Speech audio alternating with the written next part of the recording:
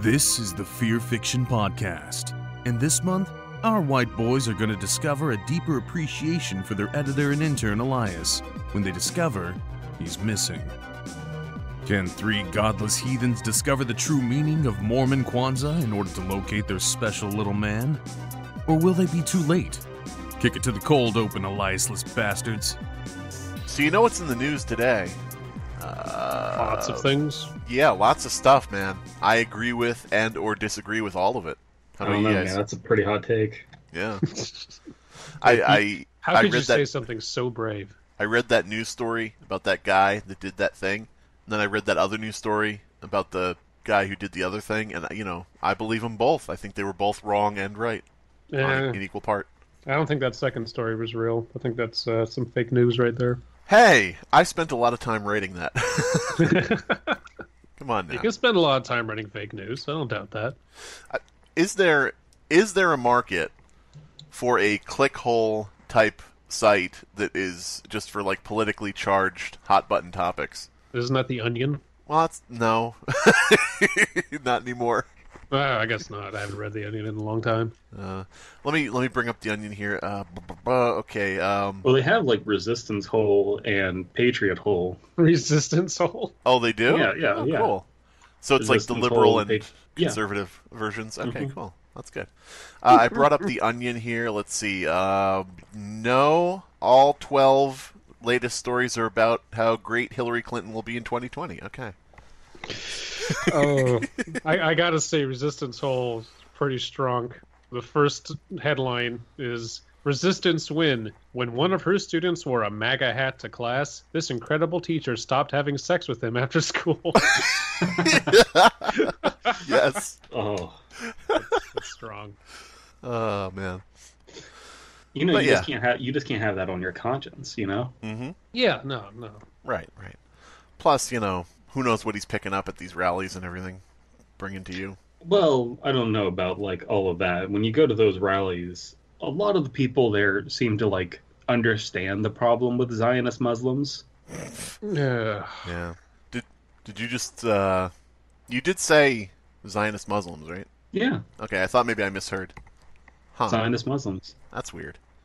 What's weird about? I'm just thinking, usually that would be edited out, but Yeah. Anyway. I said it twice and still hearing it? unless I'm mishearing. No, I heard it. So Elias has been editing out me talking about the Zionist Muslim problem? Yes. Yeah. Nobody There it hears is again. Yeah. Still not hearing it edited out. What the fuck? Right. No, the reason you don't know about it, I guess, is because you're not, it's edited out when we hear it. Like, we just hear, like, dead space. But And then later on, it's, like, bleeped out in post-production. So what's going on with Elias, then, if he's not doing his job? That's a good question. Bathroom break? No, he's not allowed those. No, he's not. Not when we're recording, anyway. Or when we're not recording. Huh. I don't know. I don't give a fuck. What story are we reading? Eating disorder? Yes. Yes. Eating disorder, which is part of the Asylum series. Now, And, is this story about my whenever I make a trip out to Outback Steakhouse? Because what I'm doing is I'm sitting there and I'm eating disorder of fries. You know what I'm saying? It would be better if you worked in Bloomin' Onion, but... Well, I mean, I'm sure that can be fixed. But anyway. Maybe. Chelsea made homemade bloomin' onions, and it was awesome. Yeah. Elias, go back and edit that joke out. Actually, just edit in DP and Abysmii laughing from a different episode. Okay, yeah, it worked. Yeah. Like that. Edit that laugh in. Alright, so anyway. Yeah, eating disorder. This is written by Matt Demersky/Gar. Whom you all may recognize, wrote Psychosis. Very popular early creepypasta. We haven't done a series on the show yet, but figured we might try at least one of them since there's a shit ton out there now. It's what everyone seems to want to write, or at least a lot of people want to write series these days. We haven't done a series on this show at all in any regard. No sort of contest or challenge about any kinds of storage units or any kind of Flemings. The hell's a Fleming? The hell's So was this posted to No Sleep? Because it doesn't have a very No Sleep title. It's a good question. It probably was, but... Then it needs to be titled, I got sent to an asylum for my eating disorder, and now I wish I hadn't. Yeah. Part 4 of 25. Luckily, this does not have that many parts. Is this actually 25 parts long? Because I'm not reading that. No. If it was, I would not have suggested it. So, yeah. All right. Who's starting us off? It would be you. Yep. It's always you. Of anonymity, I will say only that I work in healthcare. We seem to get a lot more of our fair share of strange patients. One, specifically, has been on my mind lately. Ooh. The girl in question, a recent admission, had a story disturbing enough to run through the interdepartment grapevine fairly often. Tired of hearing the same gossip repeated endlessly, I pulled and read her file, intending to debunk the rumors. Now, I mean, God damn it. Usually I would think you'd read her file and then pull, but you know. I just read the next slide. Oh my god. Okay, here we go. I wish I hadn't. Oh man, Matt Demirsky. I love you already. To be fair, this may have been written before that became a really stupid trend. Of course, yeah. So, It's a Mia Mario. It's such a, like, you want to have that moment in the story of, like, now I wish I hadn't. Right. But you need to find an original way to phrase it, you know? Well, it needs to not be at the beginning. Like, it's the worst front loading. It's the worst, tension dissolver. Yeah, but at the same time, you want people to read your story, and getting them early, the easiest way to do it. I just wish that they wouldn't, phrase it in such a obvious way. If you said something along the lines of, and then it took me down a rabbit hole, I really wish that... you can't say it hadn't. No, yeah. Like, it took me down a rabbit hole that I wasn't expecting to go down, or something along those lines. I mean, sure. The previous paragraph, the previous paragraph ends with, intending to debunk the rumors. So the next statement could have to do with the rumors. It could be, instead I ended up proving them, or, something...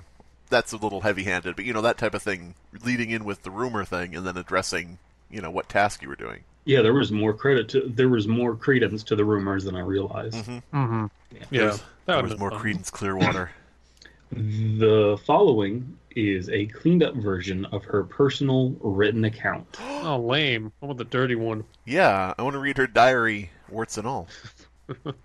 This is there's a section break here to indicate that this is her writing, I guess. Mm-hmm. This is all a misunderstanding. Honestly, I'm fine. I am not the problem. There's someone else out there responsible for this. They're doing this to torture me. I shouldn't even be here. That reminds me of a joke I heard the other day.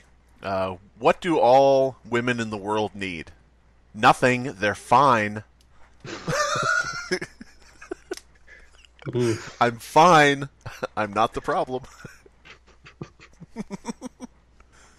Did you get that on Patriot Hole? Sure, yes. Yes. No, Patriot Hole is a lot more facetious than that. I love Patriot Hole. Resistance Hole could... sometimes it's like, Yeah. But both of them are good in that they are genuine parodies, only out to make people laugh. You know what I mean? Should we start Creepy Hole? Could do. At this point, that's just like Reddit. That's No Sleep, unironically. God, yeah. So whose turn is it? Yeah, it's me. Slimebeast. Yeah, it's me. I was just thinking about that. I've had some issues with body image. That much is true. I was actually failing yet another diet when it first happened. We were out celebrating Becky's promotion. The 5 of us were at dinner. It was a really nice restaurant, but I can't remember which. And my diet willpower was running on empty. We all had a glass... My diet willpower was running on empty. It's like, I hadn't eaten in like a number of hours, and my diet's like, no, you were just getting hungry. That's a thing that humans do. That's true. I hadn't taken my appetite suppressant pills. Oh no. We all had a glass or two of wine, and by the time my salad came, I resolved to eat only half of it, Jeez. and only that much so as not to cause a scene on Becky's night. The girls pestered me whenever I refused to eat. See, this could very well be the point of the sentence. Yeah, the point of the paragraph. Sure. You know, my diet willpower was running on empty could literally mean she's starving herself to death. Yeah. No, I wasn't critiquing the story. I was critiquing Becky the human being. Right. The fictional human being. Becky the human being, by the way. It's my favorite, Lifetime movie. Pop star. Becky the human being is my favorite tribute band to Beck. My favorite Beck cover band. What? Okay, yeah, it's fine. That's good. Here's the thing, though. With, if you're going to be bulimic, you can't be having 2 glasses of wine. That's a lot of calories. Or it's not like they're staying in, so... Yeah, we don't know if she's bulimic or anorexic or both. So... Well, how does that work, though? If you're bulimic and you drink, when you throw them up, do you stay drunk? Only if it's passed through your system, like the alcohol. So, if you can throw it up, probably not. I don't think it would have hit you by then. I don't know. I am not. So, bulimic/alcoholics out there, that is not a life hack that's going to work for you. So, Abysmii does study dietary law. So, I don't even know what that would be. Still, I couldn't help but think it was no coincidence that the skinniest out of the 5 of us was the first to get promoted. We'd all graduated more than a year ago, and the real world was like a slap in the face. None of us were really where we wanted to be. Relatable. Except Becky, the human being, of course. That bitch. Hunger filled me with constant pain, and hating myself for it stressed me to the limit. So when the waiter put cheese on my salad, I didn't stop him. I wanted to throw the salad away, refused to eat it, but I was so hungry. I can't identify with this protagonist. I put cheese on everything.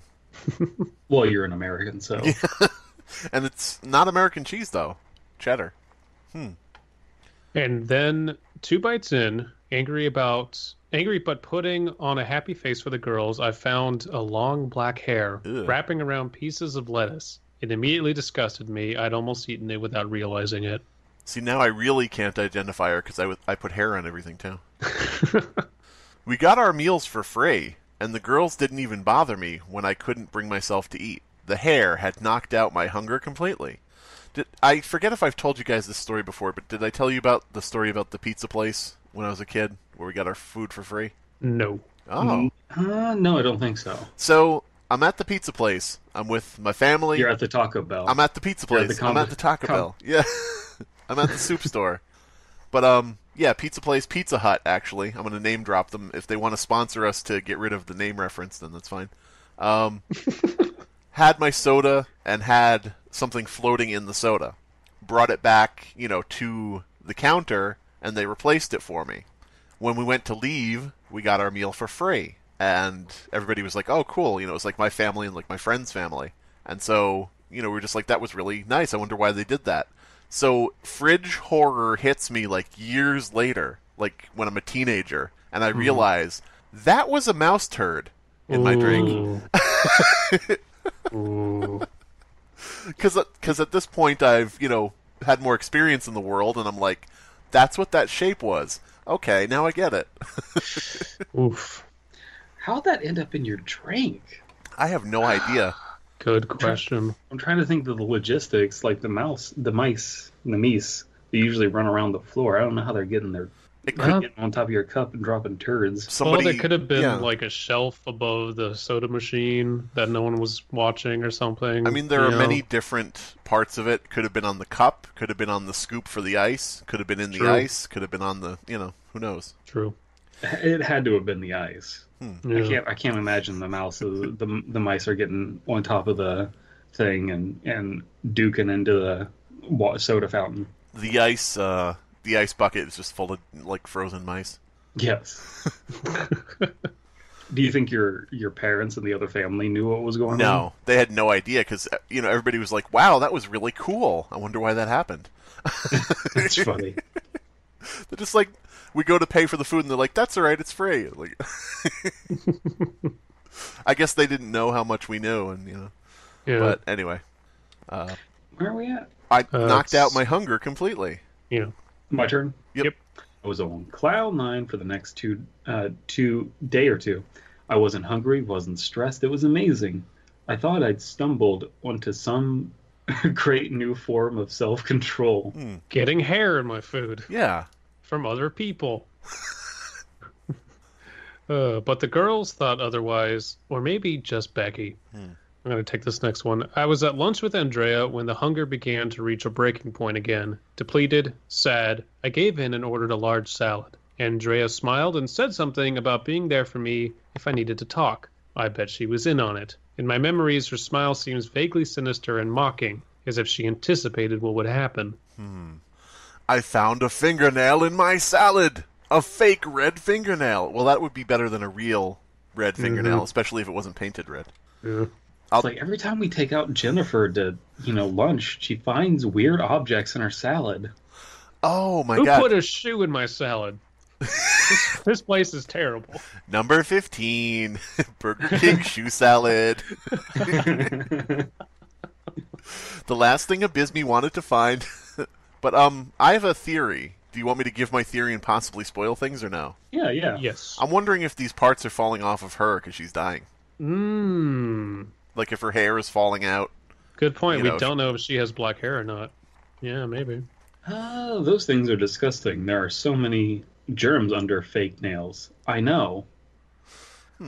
Lunch was free again, but I couldn't bring myself to eat. The shock and disgust had, again, knocked out my hunger completely. Part of me was relieved and empowered. I was going on 2 weeks without eating, and this whole disgust thing was really helping me lose weight. So far, I'm not shaken by the idea of this person having this issue because, I have heard and seen people talk about eating disorders like this, and it is that sort of thing of, not being... I don't know. It's not the same for everybody, I'm sure, but that sort of thing that I've seen of, I was empowered and relieved that I didn't have to eat, I threw away half of my dinner, and I felt really good about it. That type of thing. I remember I have a friend in college who was very much so into not eating, along these lines. And I'm like, "Aren't you hungry?" And he's just like, "No, it's fine. I had a cigarette earlier." Oof. You're supposed to smoke those, man. But I'm not crazy or stupid. I know that you have to eat sometimes. Not if you're an Eritarian. Or an Aryan. Or an Aryan. Yeah, Aryans never have to eat. It's because they're superior genetics. Another day or two passed, and I ordered a chicken salad while at brunch with Becky. She kept gloating on and on about her new job, about how her boss was vaguely hitting on her. I hated her so much. Secretly, even if outwardly I was happy for her. I was mainly focused on my salad, though. It was sweet relief, finally eating, until I bit down on something hard and squishy. Okay. I spit it out quickly. I remember Becky's exact words, and I'll take this too. Oh my God. Look at that toe. No, is that a toe? So the idea that she's falling apart is now defeated because I very much doubt she had her foot over the salad. Yeah. I remember staring at the thing as it sat on my napkin. It was mushed, ground up, red, and cooked a little, but a bone clearly stuck out of it. The entire place shut down temporarily after that, but nobody could figure out where the toe had come from. Obviously, none of the employees were missing it, but Becky basked in the attention from the scandal. She even got on local television, even though it was my salad that had the toe in it. Is she an alternate personality of Becky? Did I ever tell you guys the story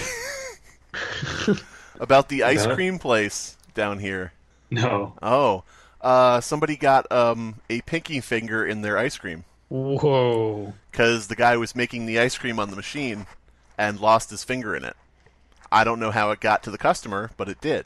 And the person who got the pinky refused to give it back to be sewn on because they wanted evidence when they sued. Yeah. Why would you sue? Because why would you sue? Because money. How are you going to collect? Wait, I need to understand. Was the pinky inside the ice cream? Yeah, it was in the ice cream. The guy lost it in the machine. I don't know what they actually call it, splooging out the soft serve ice cream. Huh. And I don't know how it happened, but it happened. See, that's the thing, though, is if you have it, like, as a garnish, then I wouldn't sue. Right. But if it's, like, inside, then I guess maybe there's some logic to suing. Still, then I would just be like, hey, here's your Pinkie back. The people would believe you. I just have no idea how you lose a finger in a machine, get rushed to a hospital, and somebody gets served the ice cream. I don't know how that's like woefully inept. Yeah, that's pretty extreme. But yeah. Okay, is this me now? Yeah. Even though my salad had a toe in it. This is a travesty. People could get seriously sick if they accidentally eat things like that, she said to the reporter. People can get sick if they accidentally cannibalize each other. People die if they're dead. I was starting to wonder whether she had something to do with it. I mean, I think she said that earlier with the fingernail, but maybe I'm wrong. The shock overwhelmed me, dispelling my hunger for a little under a day, but my relief and enjoyment was short-lived. I knew I'd have to start eating again, sooner rather than later. Not up for any more of Becky's sick pranks, I decided to scope the vending machines at the mall. I put in 25 cents and pressed the button for a salad. That's not actually in it. I hated myself so much, right about then, staring at the candy bars and feeling weak, but I had to eat. I had no willpower left. Chocolate would make everything right. Go ahead, Abysmii. I bit into that thing. So amazing. Sweet, sweet chocolate. Now let's stop talking about your African-American mistress and start reading the story. Mistress? I'm not even married. Yeah, Abysmii can see whoever he wants. It's true. Okay. It was only... Liaison? African-American liaison. A sex liaison? Yeah. Now, is her first name Liaison? It's Leah, last name Amazon, but she goes by Liaison. Leah Amazon, okay. Okay. It was only 2 bites in that I saw something poking out between the wrapper and the candy bar, halfway down. It was a full-sized human penis. Now, pulling the wrapper back, I couldn't help but hurl it on the floor as I puked up what I'd eaten. We got barf, ladies and gentlemen. Yeah, but in a story that actually deserves it, because it's about eating disorders. But I mean, I was 2 bites in, so I threw up 2 bites of a candy bar. So it's just basically... Yeah, no, it's that gut-like reaction of just... Yeah. You know, or whatever the... Well, she wouldn't have much in her stomach, would she? It would just be like... It'd just be like bile. It would just be like forced bile. Yeah. She'd be dry heaving. Yeah. The press between wrapper and chocolate was unmistakably a flap of skin. What was unmistakably a flap of skin? Okay. Had it been sliced off of somebody? Traces of blood still. God. But how the hell had Becky done it? How had she known? I was full-on terrified and angry then, even if a tiny part of me had been relieved to throw up the 2 bites I'd eaten. I threw up my chocolate and angry. Fuck. Becky, I said, why are you putting human parts in my food? Well, Becky said, don't ruin this for me. Tortured, but still fighting my own urge not to eat, I ordered a slice of pizza at the food court. Stop it! I wouldn't normally say this to a bulimic anorexic girl, but stop eating! Stop eating! Stop ordering from, like, shitty places. This clearly is a problem for you. Stop getting food. I still like the idea of putting quarters into an American vending machine and getting out a salad. Yeah. Just in pieces. I woke up in the hospital hooked up to an IV drip. I looked over at the bag, and floating therein was an eyeball, you know. Mm. I ordered a slice of pizza at the food court. It came with a large bubble in the crust. If this is an eyeball... fuck. Sickly despairing, I ripped it open, finding what looked like someone's cornea cooked inside. Okay. Hey. Oh my god. You have a habit of calling it right before. God damn it, Becky. I just want to say one thing. The story hasn't lost me. I am along for the ride on the story. I just feel like it's a bit too many revelations of parts in food. Like, we get it after 3 or 4. You know? Yeah, and I'm wondering, where this is going to go. How is this going to be a multi-part story? Because kind of feels like it could wrap up after this first part, but we'll see. Yeah. We'll see. I bit into a donut only to find someone's, O-ring inside. Like. I think it's already dealing with something that's kind of ridiculous. So, but you also have the factor of this person is possibly insane.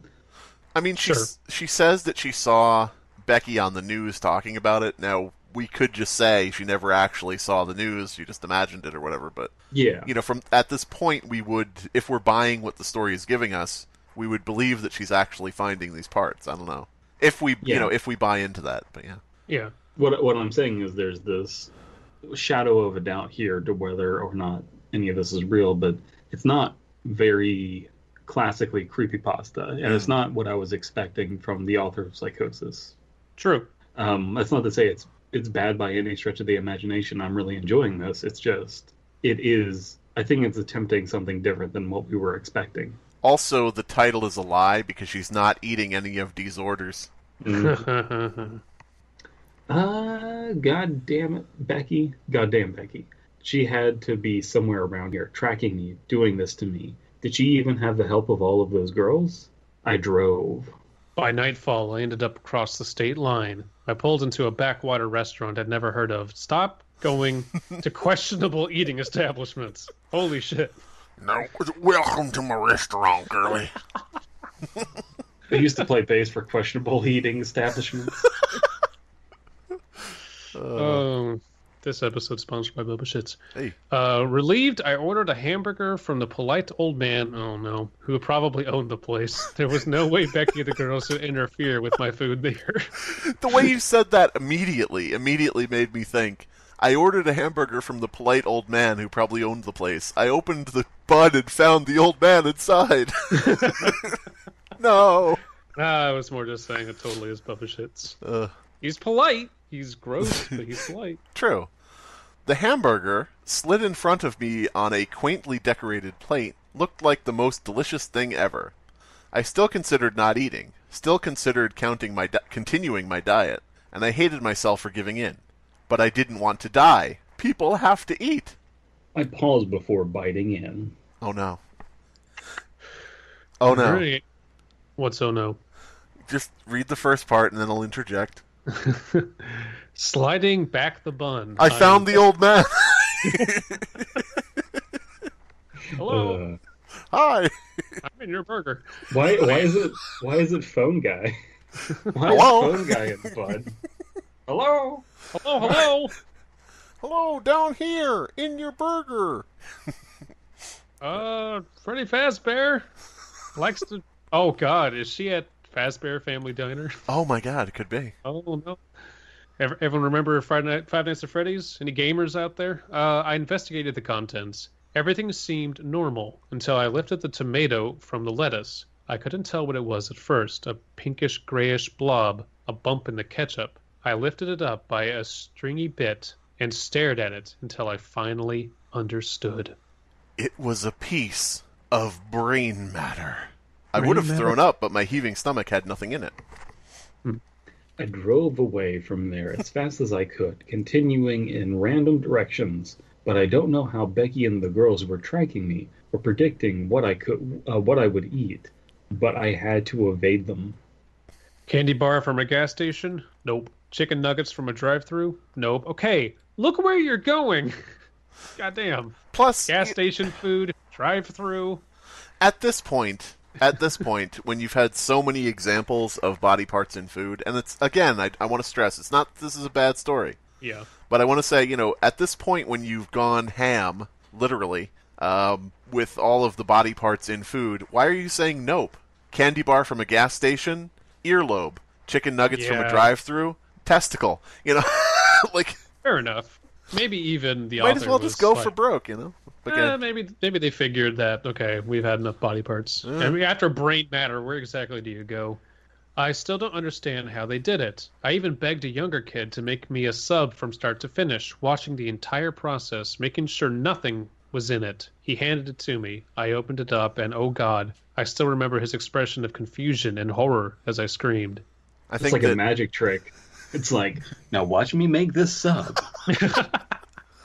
Just pick out whatever ingredients you want. Is this your disembodied Lorena Bobbitt penis? Well, it's funny you should say that. I mean, I guess our minds always go to penis, because I was thinking that's what happens when you have Jared, hold it for you. Oh. You open it up. Ah! Ooh. But a strange calm came after that. 3 weeks. To be fair, she had graduated college. This isn't Jared's type. That's true. It's Jared's evil twin who likes adult women? I don't know. I like consensual sex with adult women. How is the evil one again? There's an advertising gimmick for your commercial, Subway. Feel free to use that. Evil twin Jared who goes after adult women. We've hired his brother. Have you seen the clickhole video of sad? This man has to turn around all 72 pictures of Jared from Subway in his house, and it's just a guy with a bunch of pictures of Jared from Subway in his house. Nope. And he's like placing them all down and like turning the photos around so you can't see them. Poor guy. And it has sad dramatic music. It's pretty funny. What was I? Oh yeah. But a strange calm came after that. 3 weeks without eating? 4? I knew I would die if I didn't eat. I had this strange thought. I had this idea of a place they couldn't predict. Couldn't make disgusting and inedible. I found it. I did. I beat them. I found the most delicious salad, and I ate it desperately, gorging, knowing I was finally saved. But I'll be honest, that wasn't what I expected to find the first time I did it. It makes sense now, though. Oh, I see. Mm-hmm.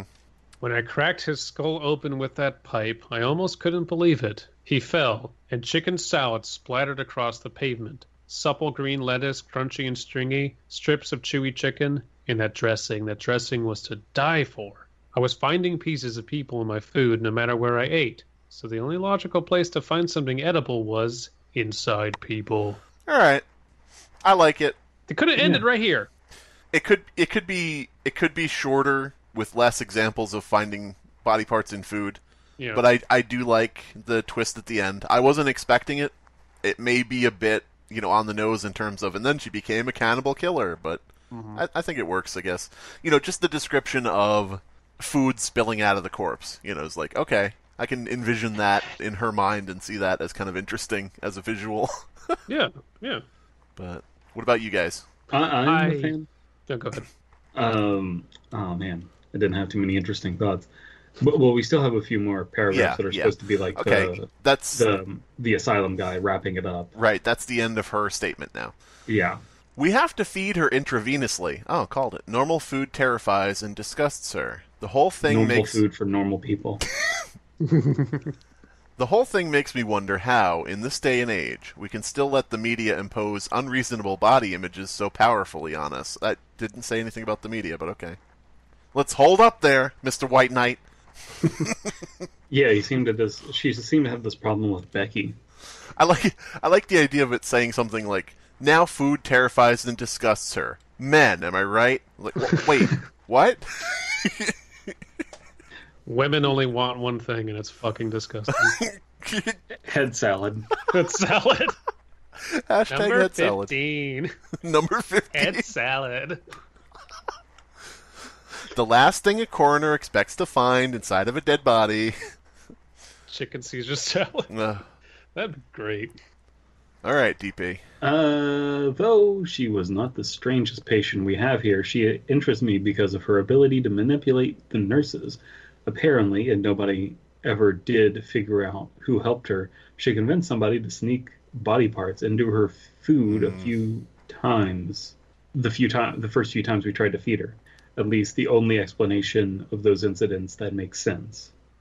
Okay, so we could read that either way. Yeah. Update, I read some more files, and they continue to disturb me. Update, there's a part 2. Yeah. Oh, man, this is perfectly well contained, and I'm a little nervous that the rest of the parts are just going to be kind of, not bad, because Matt Demirsky has written some really good stuff, but, does it have to be multiple parts?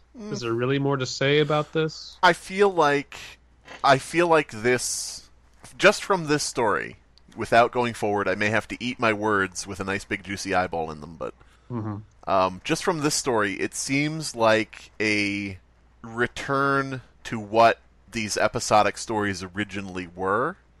There's a very brief introduction and a very brief outro with the story in the middle. So if you're going to chain a bunch of stories together into like a, I don't know, book of short stories or just a series, this feels like the way that it was classically done, as opposed to the current way, which is, I'm in my car on the road right now running, and this reminds me of a time where this happened. Now in the next story, I killed the guy who was after me, and that reminds me of this thing that happened. This is just like, I'm a doctor, here's a case, moving on.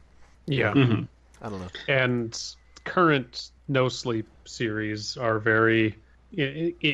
their first part isn't this well contained. It's very, here's my situation, here's this mystery, but I'll talk about that another time.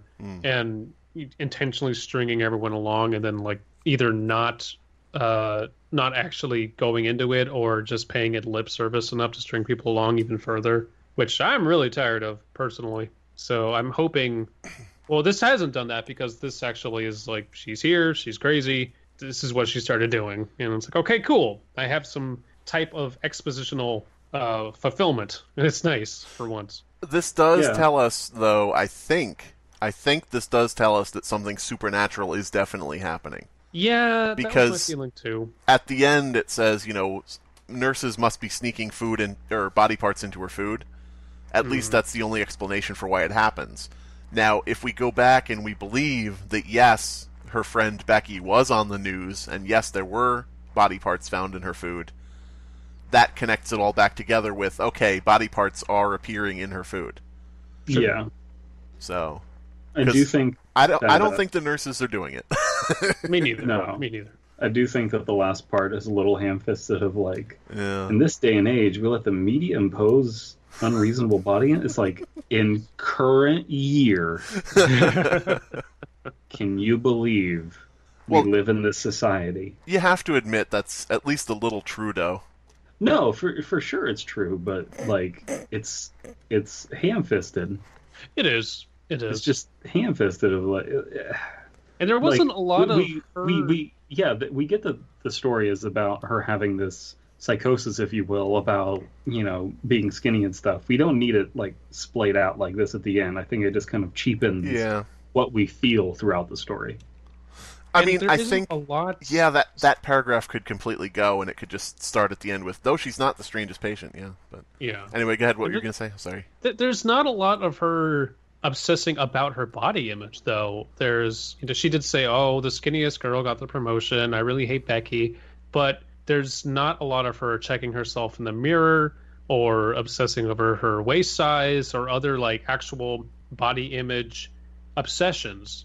Well, it's just I keep finding stuff in my food I don't want to eat. I don't want to disrupt my diet, but not a lot of like body image issues. It's like, it's just kind of there. For all we know, she doesn't have body image issues in the way that you're thinking. She might think, "Man, this diet is fucking working. I look fucking nice." But then why don't we see that? Sure. Because it makes this final little thing about, body image issues. Well, does she really have one? She's just kind of obsessed about the diet. I don't doubt that the character does. It's just I don't see the little details of, sure. I'm looking in the mirror and I'm hating how fat I am, and oh God, when I'm so hungry, I guess I'll go force myself to have a salad. Like, that would have been kind of nice. I searched through my purse for any candy or anything to eat, but found only the bottle of laxatives I keep. Right. Yeah. Which is oh, there's a red flag for you. I searched through my purse for something to eat, but only found the laxatives I keep. Okay, Eminem. with those almost rhymes. So we want to go on to part 2. Yeah. All right. Part 2.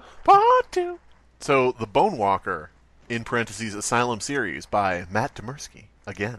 So he's just walking around with an erection. Yeah, the Bonewalker. The man with the uncomfortable erection. But who was poking out the eyes of everyone in town? Was it a purple guy? Purple.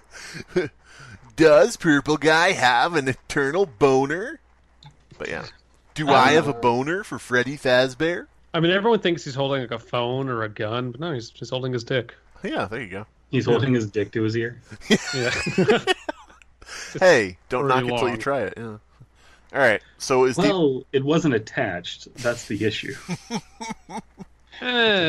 Penis. Purple detachable penis. All right. So after delving into one of the patient's accounts, I've become more aware of the bizarre array of afflictions we contain here. I'll be honest, I never really thought of the patients as people before. Crazy is a label that immediately dehumanizes someone, cutting them off from any sympathy and understanding. Oh, is this... I think this is the story that Glass was based on. That new movie. I don't know about that, Gary. We have one girl here who thinks that her superpower is the ability to turn people into salads.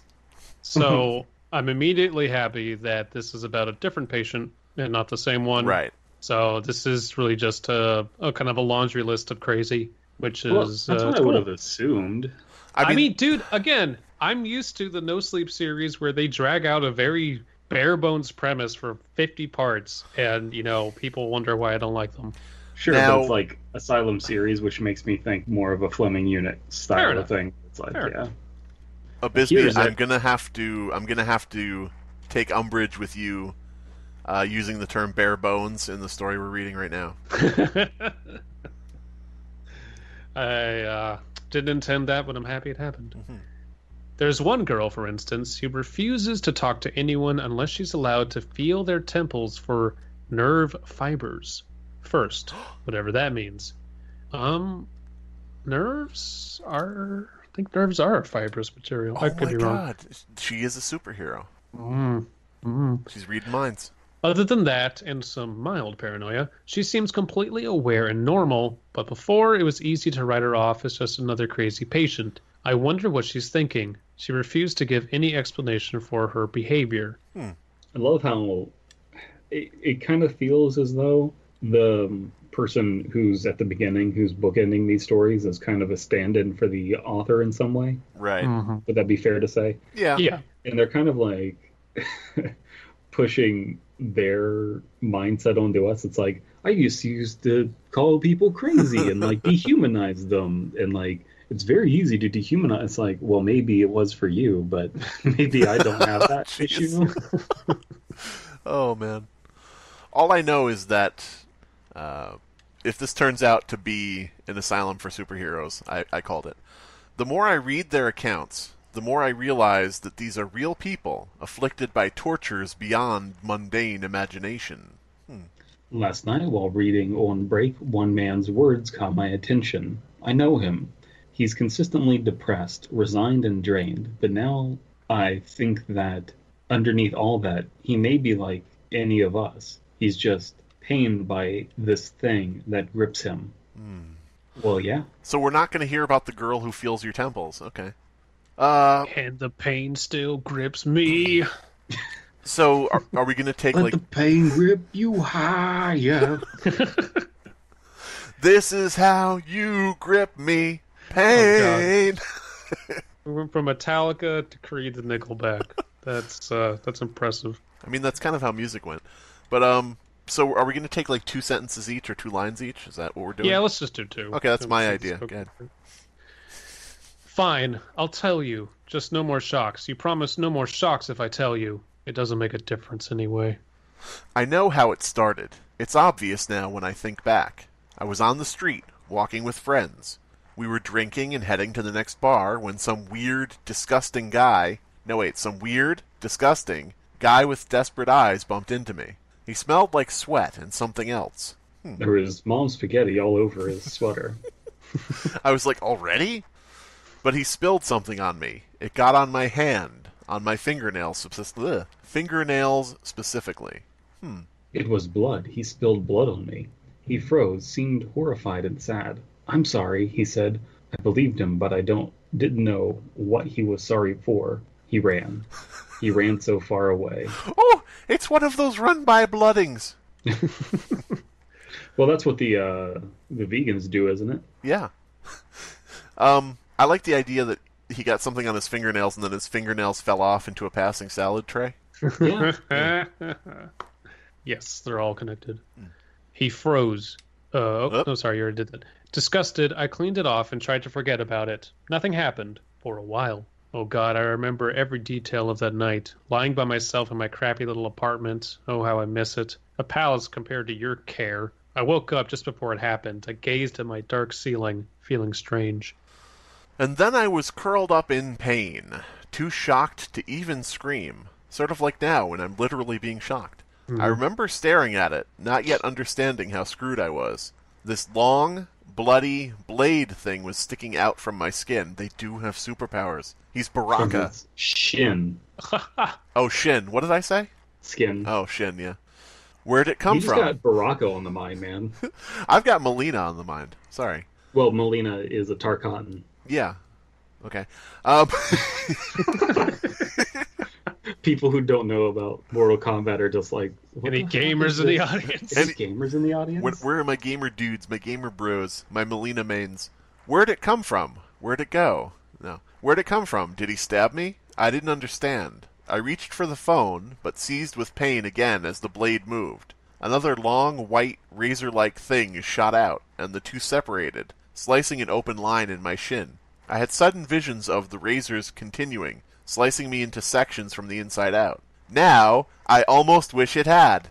It was close. It was close. So is he a reverse Baraka? I think he's an unfortunate Spider-Man. Unfortunate Spider-Man. The Unfortunate Spider-Man is one of my favorite comics. It's just it's just about him in his everyday life, just fucking up. It's just a regular Spider-Man comic, but with the Spider-Man parts out and just Peter Parker having a shit life. Yeah. Not like an especially shit life, just like whenever anything wrong happens, it gets highlighted, like he's licking ice cream and his ice cream falls off the cone, and he's like, shit. He has an existential crisis of, I could catch this with my super quick movements, but then people would know I'm Spider-Man, so okay, I'll just watch it fall and hit the concrete. His tongue comes out to lick the ice cream, and right then and there he gets his spidey sense tingling, and he's like, shit, it's too late. He gets on the bus and, just has a conversation with a very racist old man. Just unfortunate things. Yeah, just... What's he going to do? He's not going to punch him out, He's just kind of, oh, yeah, sure, okay, sure, yeah, uh-huh. Yeah. This is my life now. I didn't have much time to panic. The slicing stopped. I stared, clenching my leg. 4 more bloody protrusions joined the first 2, and then it slid out. Shaking, numb from shock and pain, I felt a small relief that I wasn't about to be carved up. And then that consolation vanished as I realized something living had just crawled out of my shin bone. So his skeleton is escaping. Yeah. It's pretty metal. Yeah. That's pretty metal. Bonewalker. What if can we get a horror movie where a guy's skeleton leaves his body and becomes like an evil murderous being, and he has to fight it with no bones? He has to just drag himself around. Hey, come back. Oh. Wow. This summer.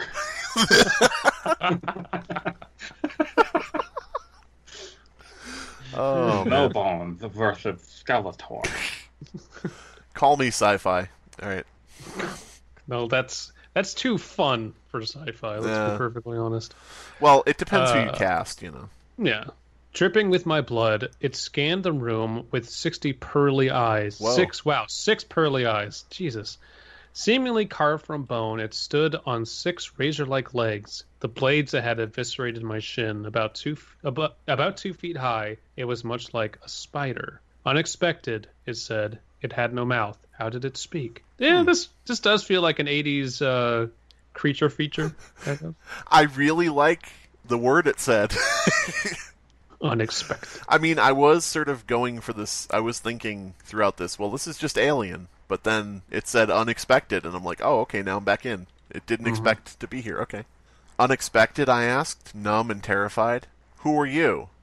Trembling and on the verge of tears, I just wanted it to go away. Nobody important.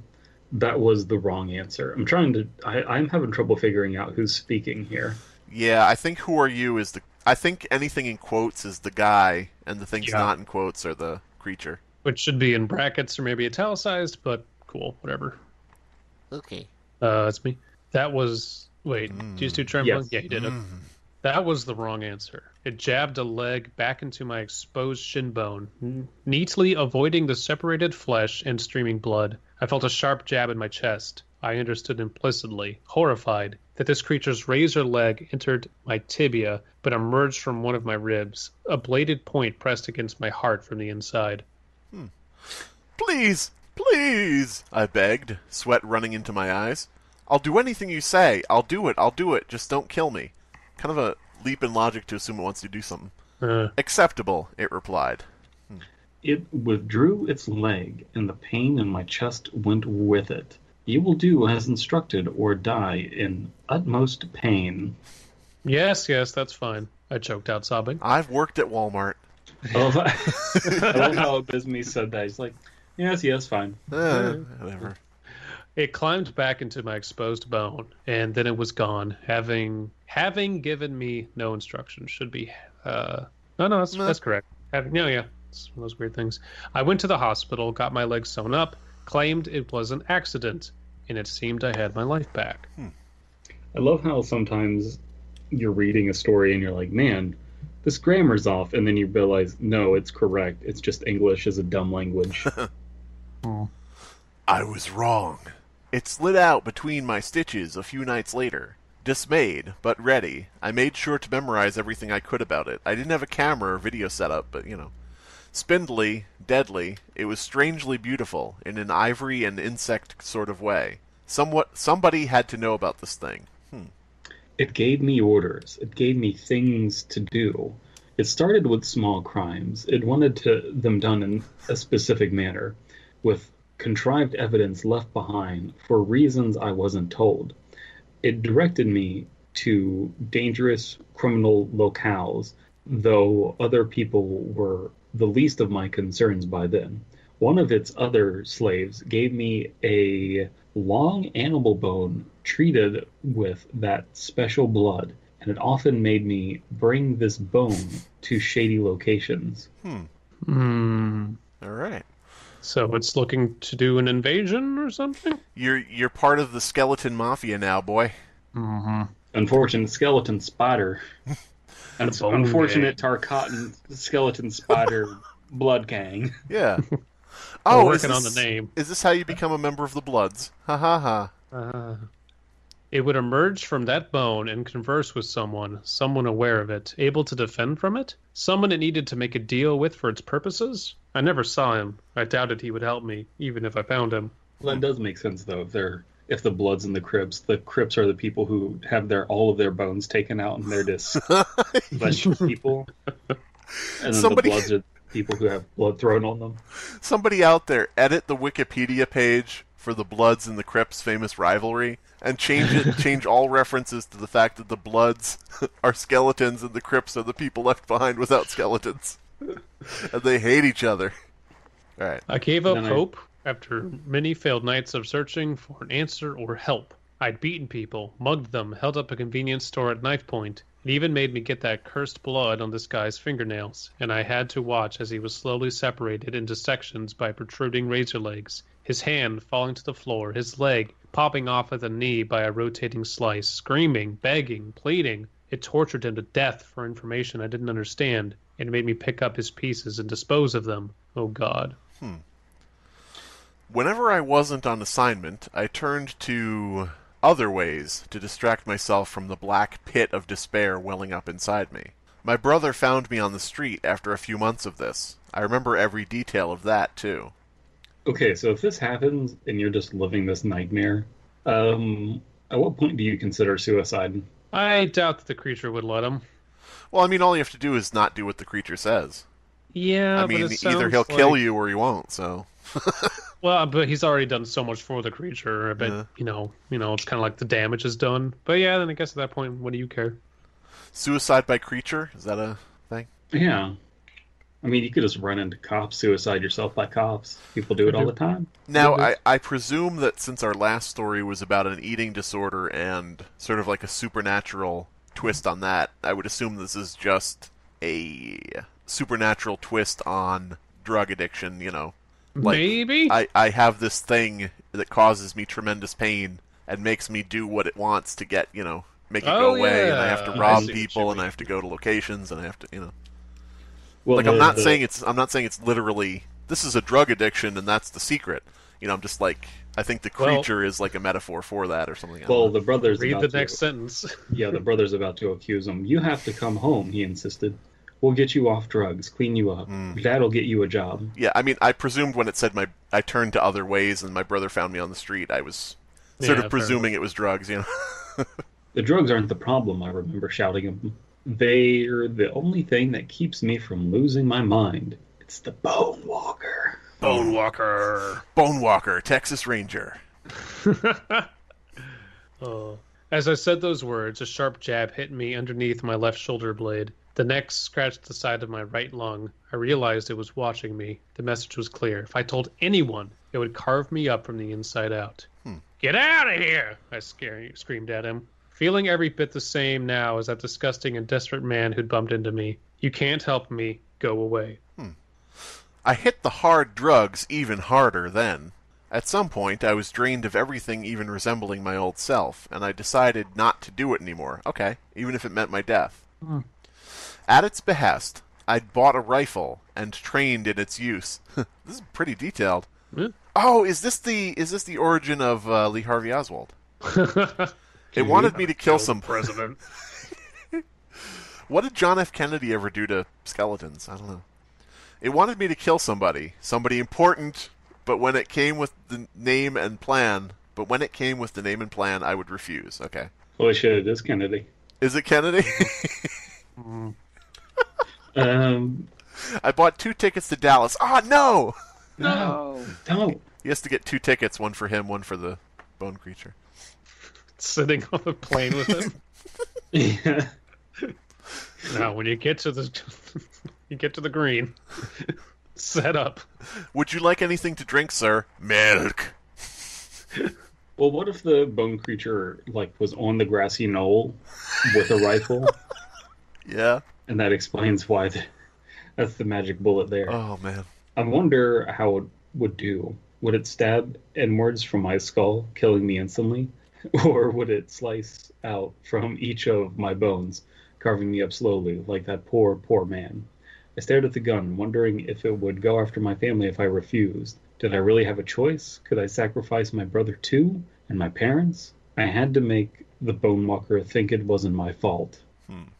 How does he know that that's what the Bonewalker is going to do?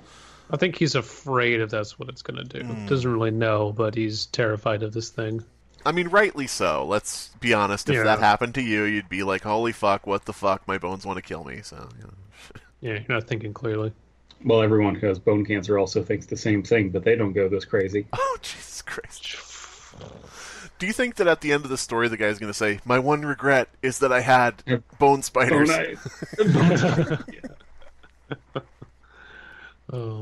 I called in and left an anonymous tip. I sat there filled with relief and calm as they surrounded me. I called in and left an anonymous tip. Haven't you people ever heard of canceling the goddamn event? Haven't you ever heard of the Bonewalkers inside me? Much better to face these kinds of things without assassinating JFK. Anyway, sorry about that. Filled with relief and calm as they surrounded me and put on the handcuffs. I sat in custody, ostensibly caught by the police. When the Bonewalker came, it would have no reason to punish my family. It would just kill me, and that was that. But it never came. I mean, I know why it didn't return now, because it didn't want to go to prison. But I'm broken and stuck here in any case. You can't send me to Bone Spider jail. Never survive. Do you know what they do to elegant insect-like bone spiders in prison? I don't know. But I'm broken and stuck here in any case. And I keep thinking, what if there are more? What if they come for me someday? Because I know there'll be no warning. It could come at any time. Just a sharp, sliding sensation. and then I'll be dead. Okay. Oh. And that's the end of his story. Yeah, I'm trying to formulate thoughts. It's a very, like was mentioned, creature feature kind of thing from the 80s. The thing that captivates me about this account is that it is very similar to the ravings left by the man who died horribly a while back. He was mutilated in unimaginable ways, as if his face had been torn off from the inside, among other things. His story made the news, but they figured he was just the serial killer responsible for several horrific deaths. Why? Similar horrific deaths. Huh? Why would they assume that? This man exploded from the inside out in a way similar to these other people. He must be the oh wait, here's another. He must be the killer. Wait, here's another. He must be the killer. Police are baffled and have one response. But the man claimed that, as his last act, he'd managed to destroy the creature. Huh. I suppose this man must have read about the prior man's issues and formed an obsession or delusion about it. I find it curious how contagious crazy seems to be. You just said crazy is not a good word to... Yeah. Yeah, That's a bit inconsistent, isn't it? And seemingly more so these days. It's almost as if there are people in the world who aren't judgmental, and there are people who are and have a desire to call the people out for it. I'm starting to wonder if this place is truly run to help these people, or whether it's really just here to contain them, like quarantine for a plague, some type of SCP foundation. What are we? Some sort of bone spider containment foundation? The BSCF? Yeah. BSC. Oh my god, somebody start the BSC wiki where it's just every entry is just a different bone spider. I'm down for that. The list would be like bone spider in a top hat, bone spider with a Cockney accent. There is a SCP story where a spider infects a person and like slowly eats away at their brain until there are spiders inside, and then they just bang their head against the wall and spiders fall out. It's pretty metal. Well, no, spiders wouldn't fall out; they'd be croutons. Yeah. I mean, if I were writing an SCP like that, I would say that spiders eat the brain and replace it, and then the person goes on living, but all they want to talk about is spiders. They keep, like, directing the conversation back. Yeah, but bone spiders, right? Yeah. I mean, like, the researcher would come in and say, so how are you doing today? And he's like, oh, fine. So how's your daughter? Kristen, did she have her birthday? Oh, yeah, she had her birthday. Oh, what'd you get her? And did, some kind of spider? Or, like, what? What kind of cake did you have? Oh, was it like one of those cakes that's in like the form of a spider? No. Stop. We get it. It's your fetish. Jesus. But this, I didn't dislike this. I liked it less than the first one, but I would say I like them equally. I enjoy the fact that this one was a creature feature. It's really easy. Like in the words of a different author, this would be very just kind of run-of-the-mill creepypasta. Oh, I was being hunted by this boned spider. But this one felt more personable and just, for lack of a better term, intimate, because it's coming out of him and he's trying to contain it and he can't. So I just like how it was worded. And it was different enough from the previous entry, which was just, finding, body parts and food. So did we read past the contagious crazy part? Yeah. Update, and now I'm convinced something more is going on. That's the lead into the There's next a part 3, whatever. All right, wow. I think this is a bit less inventive than the first one, because it's like, as I said before, it's like, alien comes out of me, goes back in, Well, part 1, eating disorder, part 2, paranoia. Yeah, not literally alien, but, sort of like, with the first one, I can't really think of anything I would compare that first one to. But, anyway. So, I guess... Any final thoughts on these entries? I don't know. Not so far. Pretty strong writing, in my opinion. Nothing's pissing me off. Yeah. Yeah. Which is what I was expecting, because it exists in the realm between pissing us off and being boring. Like, it's not pissing me off, it's not boring me, but it's somewhere in between. Not... I don't know, that still sounds negative, but you get what I mean. Well, these two entries are concise, and have substance to them, and that's really all I'm asking for. So I'm happy. I guess we're easy to please at this point. It could just be that we're not used to good anymore when it comes to the wiki and other sites, so we're just kind of hesitant to be like, I don't know. I feel like I should be yelling right now, but I'm not. You're listening to the Fear Fiction Podcast, where three men who are dead inside read stories. I do like the... True shit. I watched a bunch of Botchamania, which is just a compilation of wrestling mess-ups. And then I stopped being able to watch real wrestling because I just got so used to enjoying bad wrestling. I watched an abridged version of Attack on Titan, and then I went to go watch the first episode. I was like, I can't take an ounce of this seriously, and now I can't watch that show. And I've heard it's good, but I'll never know, because, nope. I watched the finale of Steven Universe, and now I'm attracted to other men. Guys, something is really bothering me. Zionist Muslims? See, I'm hearing that, and you're saying it. Something's wrong. Elias is like, sometimes he slips up, but this is way too much. What the fuck is going on? I think... Okay, what is the procedure with this? Do we fire him, or do we beat him? We can't fire him without cause. We have to go, like, write him up and all this paperwork that I really don't want to do, but at the same time, you know, I don't want to have to go back and edit these episodes myself, so why don't we just go to the office? So beat him, then. In Utah. Sure. Yeah, I mean, we all deserve a vacation. How long have we been doing this? At least 3 or 4 episodes, I think. Yeah. And Utah's not my first place to go on vacation, but hey. I mean... I love how you say that, like you have some sort of follow-up. I don't. Like, now Utah's not the first place I'd go on vacation. Period. A lot of dry counties. I'm not a fan of that. I mean, if we can get in and out of Utah without getting married to multiple people, I will consider that a victory. No promises, but... If we find Elias and find out what's going on, all the better. All right. All right? I guess we take the Fear Fiction copter then. How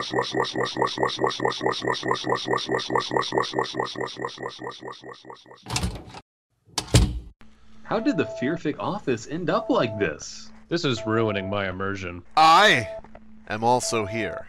What's that beeping noise, gang? I don't know, nor do I care. You can't do your own dry cleaning. We need to find Elias. Dry cleaning?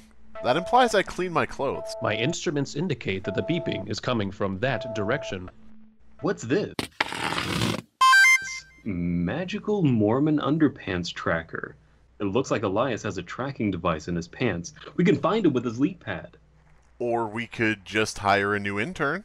There's a signal being broadcast from Perfect Parents 69. Apparently, they're unaware of the connotations.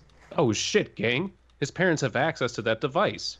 And that means if they find out he's missing, we'll all be in big trouble. Fucking shit, gang. We better hurry up and find him before the network of Mormon spies come after us. We can't make an enemy of Big Mormon. I will draw upon my history as a Navy SEAL to triangulate the location. It's... Bad news, Bears. What's wrong? I have AIDS. We know. Stop bragging. Gang, Elias can't edit that out like he normally does. Also, I think Elias may be at the Massachusetts branch of the SCP Foundation. The coordinates are redacted. We don't have any fucking time to waste, gang. To the Fear Fiction hot air balloon.